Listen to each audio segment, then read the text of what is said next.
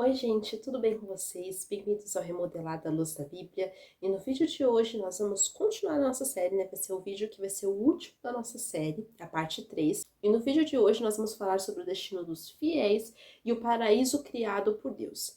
Nós vamos falar sobre o destino que é o céu, né? Que Deus tem reservado para nós e como Ele é misericordioso por ter preparado esse lugar de descanso para cada um dos seus filhos. Mas antes, vamos começar?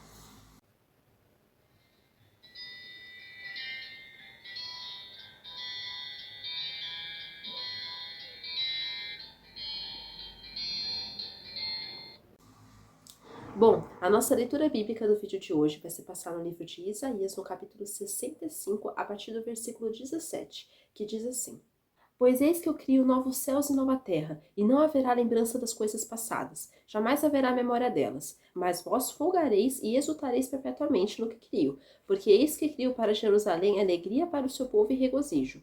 E exultarei por causa de Jerusalém, e me alegrarei no meu povo. Nunca mais se ouvirá nela nem voz de choro nem de clamor, nem haverá mais nela criança para viver poucos dias, nem velho que não cumpra os seus, porque morrer aos 100 anos é morrer ainda jovem, e quem pecar só aos 100 anos será amaldiçoado. Eles edificarão casas e nelas habitarão, plantarão vinhas e comerão seu fruto. Não edificarão para que outros habitem, nem plantarão para que outros comam, porque a longevidade do meu povo será como a da árvore, e os meus eleitos desfrutarão de todas as obras das suas próprias mãos.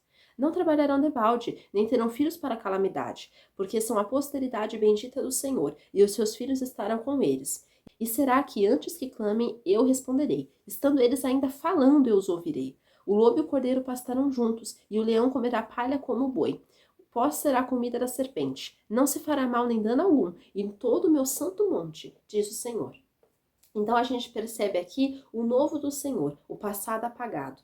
E a gente percebe que o Senhor vai preparar um novo céu e uma nova terra. O Senhor Jesus mesmo fala: Eis que eu estou indo, mas eu estou preparando um lugar para vocês. E um dia vocês vão vir habitar comigo. Então nós sabemos que o Senhor, ele foi, né? O Senhor Jesus, ele veio, morreu por nós, ressuscitou e ele está preparando um lugar. E aqui no Antigo Testamento mesmo, antes da vinda de Cristo, já fala: Eis que criou novos céus e nova terra. As coisas passadas já não existem mais, né? Jamais haverá memória delas, mas eu crio tudo novo. O Senhor é um Deus que faz novo, sabe? Então o Senhor já preparou novos céus e nova terra para aqueles filhos, para os seus filhos, desfrutarem da sua presença por toda a eternidade, pois ele apaga a história de pecado, de dor, de sofrimento que tivemos e cria nova todas as coisas. Então o Senhor quer nos dar uma nova vida, uma nova esperança. O Senhor quer nos dar uma nova fome dele. O Senhor quer nos dar um novo desejo de seguir a ele, de buscar ele, né? Mas para isso nós também devemos buscar, porque ele cria novo, mas ele também quer ver o esforço da nossa parte. É como a gente sabe, né, que o novo do Senhor vai vir, mas se a gente não tirar o velho, não tem como isso acontecer. Né? Nós sabemos que o Senhor, ele quer que a gente tire o velho, tire aquilo tudo que está pesado, que não é a vontade dele, que é desobediência, e coloque o novo. Né? Nós precisamos ter esse renovo vindo da parte do Senhor e não nos conformarmos com aquilo que é velho, com aquilo que é ilícito, com aquilo que é pecaminoso, com aquilo que às vezes é até uma antigoção, né? A palavra mesmo fala para todo dia a gente ter óleo sobre a nossa cabeça, e esse óleo espiritual, esse renovo que vem da parte do Senhor. Não deixar aquele óleo ficar rançoso. Ah, aquilo Deus fez comigo há muito tempo atrás. Amém, glória a Deus, mas vamos buscar o novo, de fé em fé e de glória em glória. Que nós realmente venhamos querer o novo do Senhor, sabe? Desejar isso e orar por isso. Nós vemos também a alegria na criação de Deus, a satisfação do novo do Senhor, quando o versículo diz: Mas vós folgareis e exultareis perpetuamente no que crio, porque eis que crio para Jerusalém alegria e para o seu povo regozijo.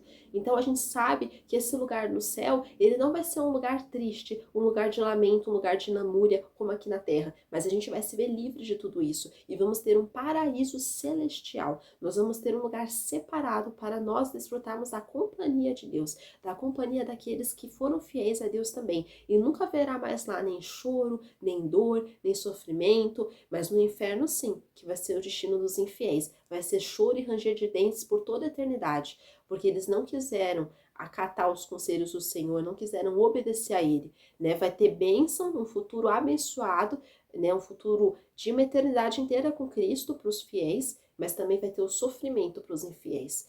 Então, que nós realmente não venhamos ser achados em falta, que os planos de Deus e a sua criação trazem alegria e contentamento para aqueles que o desfrutam. Então, que nós venhamos até pedir, se nós estamos passando por uma fase triste, que nós venhamos pedir, Senhor, coloca a alegria da salvação dentro de mim, coloca essa alegria que não vem das coisas humanas, das situações humanas, da terra, mas que realmente eu venha ter essa alegria transbordante no meu coração, que vem do Senhor, porque um dos frutos do Espírito é a alegria. Então, que a gente possa ter alegria por tudo aquilo que Deus já fez por nós, mas por tudo aquilo que Ele ainda tem reservado para nós. Outra coisa que nós podemos aqui entender nisso tudo é essa alegria, como eu estava falando, e que não haverá nenhum sofrimento. No céu não haverá sofrimento, nem choro, nem pranto, como nós estávamos falando, pois viveremos em um paraíso moldado e criado por Deus. Lá não teremos Satanás para nos atormentar, não teremos os infiéis que são usados por ele para roubar nossa paz, mas a gente vai realmente viver um futuro de paz, de esperança por toda a eternidade, o descanso das nossas almas. E isso a gente percebe quando o versículo diz: E exultarei por causa de Jerusalém, e eu me alegrarei no meu povo, e nunca mais se ouvirá nela nem voz de choro nem de clamor. Então nunca mais vai se ouvir. Aqui em Jerusalém, nós estamos falando da Jerusalém espiritual e até no milênio. Nunca mais vai se ouvir choro, dor, tristeza, lamúria, porque o Senhor vai estar conosco. A presença do Senhor vai ser física lá em Jerusalém, né? Quando a gente vai ver o milênio, que o Senhor vai reinar no Santo Monte, Cristo e seus fiéis, os seus eleitos, os mártires. E a gente percebe também na nossa vida. A gente sabe que na nossa vida o Senhor tem promessas, o Senhor quer que a gente desfrute delas, mas a gente precisa querer e também buscar isso, sabe? A gente precisa ter essa alegria, porque a alegria do Senhor é a nossa força. Então ele é alegre e quer que os seus filhos também venham ser alegres como ele é. Então que a gente venha pedir para o Senhor: Deus, renova minha alegria, renova meu ânimo, me dá a alegria do Senhor dentro de mim, como eu estava até falando, a alegria da salvação, que nós venhamos nos alegrar até por ter a palavra de Deus e por ter esse privilégio de ter o cuidado do Senhor sobre as nossas vidas, por ter o Senhor trabalhando dentro de nós. Que nós venhamos pedir e agradecer todo dia por isso. Agradecer por toda essa graça, essa misericórdia, pelo sacrifício de Cristo. Nós também podemos ver aqui a ininterrupção da vida, vida plena e eterna, quando o versículo diz: Não haverá mais nela criança para viver poucos dias, nem velho que não cumpra os seus, porque morrer aos 100 anos é morrer ainda jovem, e quem pecar só aos 100 anos será amaldiçoado.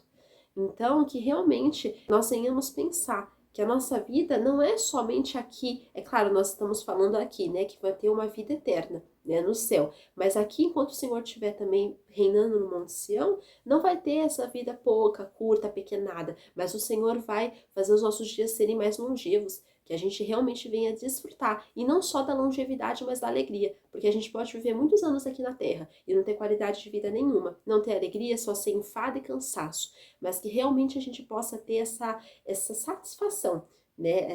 Esses dias alongados, essa longevidade, mas com muita qualidade de vida, com muita alegria no nosso coração, vivendo uma vida plena em Deus, tendo essa satisfação, essa santidade, essa vida que procede dele, pois o Senhor é o autor da vida e dele pertence toda a criação e ser vivente. A gente sabe que o ser humano não pode dar vida para ninguém, mas o Senhor é o único que pode, porque a vida e a morte estão nas mãos dele. E a gente percebe aqui os se contentaram com o seu trabalho. A gente sabe que um dia aqueles que foram fiéis a Deus vão se contentar com aquilo que eles fizeram, né? Até na palavra mesmo fala que um dia o Senhor ia olhar para o fruto do seu trabalho e ele se alegraria. Quando ele olhasse para nós, para aquilo que nós estamos hoje, ele ia se alegrar, falar: nossa, que maravilha, eu me sacrifiquei por eles. É claro que nunca vai se comparar, né? A vida que a gente está vivendo hoje nunca vai valer a pena o sacrifício de Cristo, porque nós não temos merecimento, nós não somos perfeitos, mas o Senhor ia se alegrar nas nossas vidas. E a gente vê até quando o versículo diz: eles edificarão casas e nelas habitarão, plantarão vinhas e comerão o seu fruto. Então a gente percebe aqui que o Senhor quer que a gente tenha, sim, as casas, as vinhas, mas tudo com a bênção dele, debaixo da direção dele. E não na ganância, na cobiça, na inveja, porque o outro tem, eu também quero ter. Não, isso ia vir como uma bênção, uma dádiva, um presente de Deus sobre os seus filhos. Isso iria vir como um favor do Senhor derramado sobre os seus filhos. Então que realmente a gente possa, sabe, meditar que a nossa vida não é apenas humana, mas ela também é espiritual. E quando nós vivemos uma vida espiritual, o Senhor vai nos abençoar nas nossas coisas humanas, porque não vai ser a nossa vontade correndo atrás, mas vai ser a vontade dele. Então o Senhor, ele quer sim derramar algo sobre nós, ele quer sim fazer a vontade dele sobre as nossas vidas, mas também nós precisamos estar prontos para receber. né? O Senhor, Ele quer abençoar cada um dos seus filhos, mas nós não precisamos ter um coração que só corre atrás das bênçãos, que só corre atrás daquilo que o Senhor pode dar, mas nós precisamos buscar mais quem Ele é, porque o Senhor Jesus mesmo fala, buscai o reino dos céus e a sua justiça, e as demais coisas vos serão acrescentadas. E a gente percebe aqui, como eu estava falando, da longevidade e a qualidade de vida, quando o versículo diz: não edificarão para que outros habitem, nem plantarão para que outros comam, porque a longevidade do meu povo será como a da árvore, e os meus eleitos desfrutarão de todo as obras das suas próprias mãos. Então ele fala, olha, aquilo que vocês plantaram, vocês vão desfrutar. Aquilo que vocês fizeram, vocês vão desfrutar. Porque os escolhidos do Senhor desfrutarão não só de muitos anos de vida, como também de qualidade de vida, desfrutando assim da alegria e do regozijo que vem dele. Então a gente sabe que o Senhor, Ele quer que nós realmente venhamos nos regozijar nele, mas o nosso prazer precisa estar nele. Nós sabemos que a nossa vida precisa ser uma vida entregue a Ele, uma vida de súplica, uma vida de arrependimento, mas não uma vida de pecado. Que a gente possa realmente ter essa vida guiada por Ele, conduzida por Ele, uma vida plena, sabe? E pedir, Senhor, me dá mais qualidade de vida, sabe? Que o Senhor me dê realmente qualidade de vida espiritual, porque assim como nós somos na nossa alma, assim nós somos aqui por fora também. O Senhor venha me ajudar a ser uma nova criatura aqui dentro, para só depois colocar isso para fora, sabe? Para mim viver isso aqui fora também. Então nós devemos pedir isso para Deus, para que Ele realmente nos ajude, porque de nós mesmos nós não podemos, nós não temos a sabedoria suficiente, mas o Senhor sabe de tudo e quer ajudar cada um dos seus filhos. Vemos também os filhos como herança do Senhor, quando o versículo diz: não trabalharão debalde, nem terão filhos para a calamidade, porque são a posteridade bendita do Senhor, e os seus filhos estarão com eles. Então a gente percebe aqui que o Senhor, Ele quer sim, que cada um dos seus filhos tenha filhos. O Senhor criou isso, a família. Mas Ele também quer que a gente desfrute isso como uma consequência da benção dele, como algo que vem dele, não como algo que a gente vai caçando na nossa própria vontade, vai tendo filhos, assim como a gente vê no mundo, né? Que as pessoas vão tendo filhos assim, irresponsavelmente, as pessoas saem com um, saem com o outro. O Senhor não planejou isso, mas Ele planejou filhos não para a calamidade, como Ele está falando aqui, mas filhos para a bênção, como herança do Senhor, como dádivas do Senhor, como presentes do Senhor. Então é isso que os filhos são para os pais, né? É isso que o Senhor planejou para que seja vivido. O propósito para a criação de filhos é a glorificação do Senhor, pois não criamos filhos para o mundo e nem para nós mesmos, mas para que o Senhor seja glorificado, porque tudo aquilo que nós fazemos na nossa vida tem um único propósito, glorificar a Deus, porque se nós estamos com o propósito errado, nós estamos sendo egoístas e mesquinhos, e o Senhor não se agrada nisso, mas Ele quer que nós o glorifiquemos em tudo. E a gente percebe também aqui a rapidez na intervenção divina, como o Senhor está com os olhos e com os ouvidos olhando para nós, prestando atenção em nós. E a gente vê isso quando o versículo diz: e será que antes que clamem, eu responderei, estando eles ainda falando, eu os ouvirei.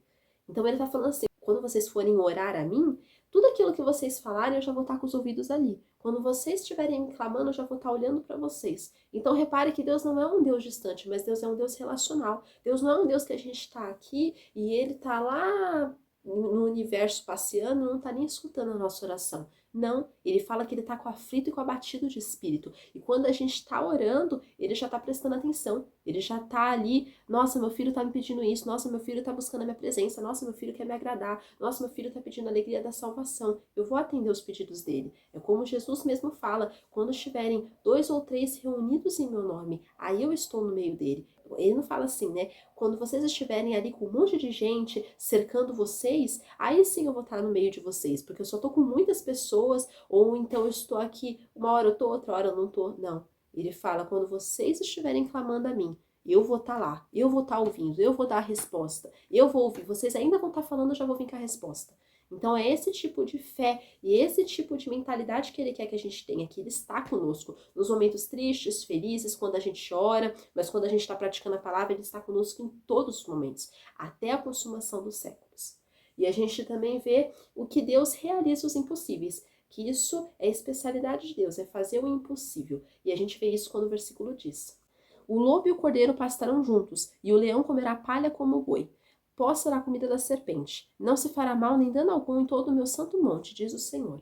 Então a gente sabe que em todo o monte do Senhor, no dia que ele estiver ali no milênio, reinando, né, naqueles 1000 anos, a gente sabe que não haverá mal, não haverá dano, porque ele estará lá, Cristo estará reinando pessoalmente. Aquilo que parece loucura e impossível será plenamente concretizado pelo Senhor, pois Deus é especialista em milagres. Então a gente vê que até a alimentação daqueles animais ia mudar. A serpente ia comer pó, o leão ia comer palha como boi. Então a gente percebe aqui que Deus iria mudar até a ordem, até a comida daqueles animais, porque Ele é poderoso e Ele faz o impossível. E isso é uma marca, isso é uma profecia do tempo do fim. É esse destino dos fiéis, o céu, que vai ser a concretização de toda essa profecia. Essa concretização vai ser no céu, na eternidade, porque lá sim, lá vai ser o final, vai ser aquilo que o ser humano vai viver no eterno, que não acaba aqui. Né? Aqui a gente está numa peregrinação, numa jornada, mas nós temos ainda uma eternidade para desfrutar com Deus, e glória a Deus por isso,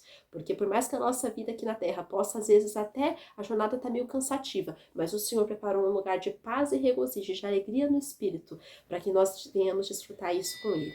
Fiquem com Deus, que Deus abençoe a vida de vocês. Tchau!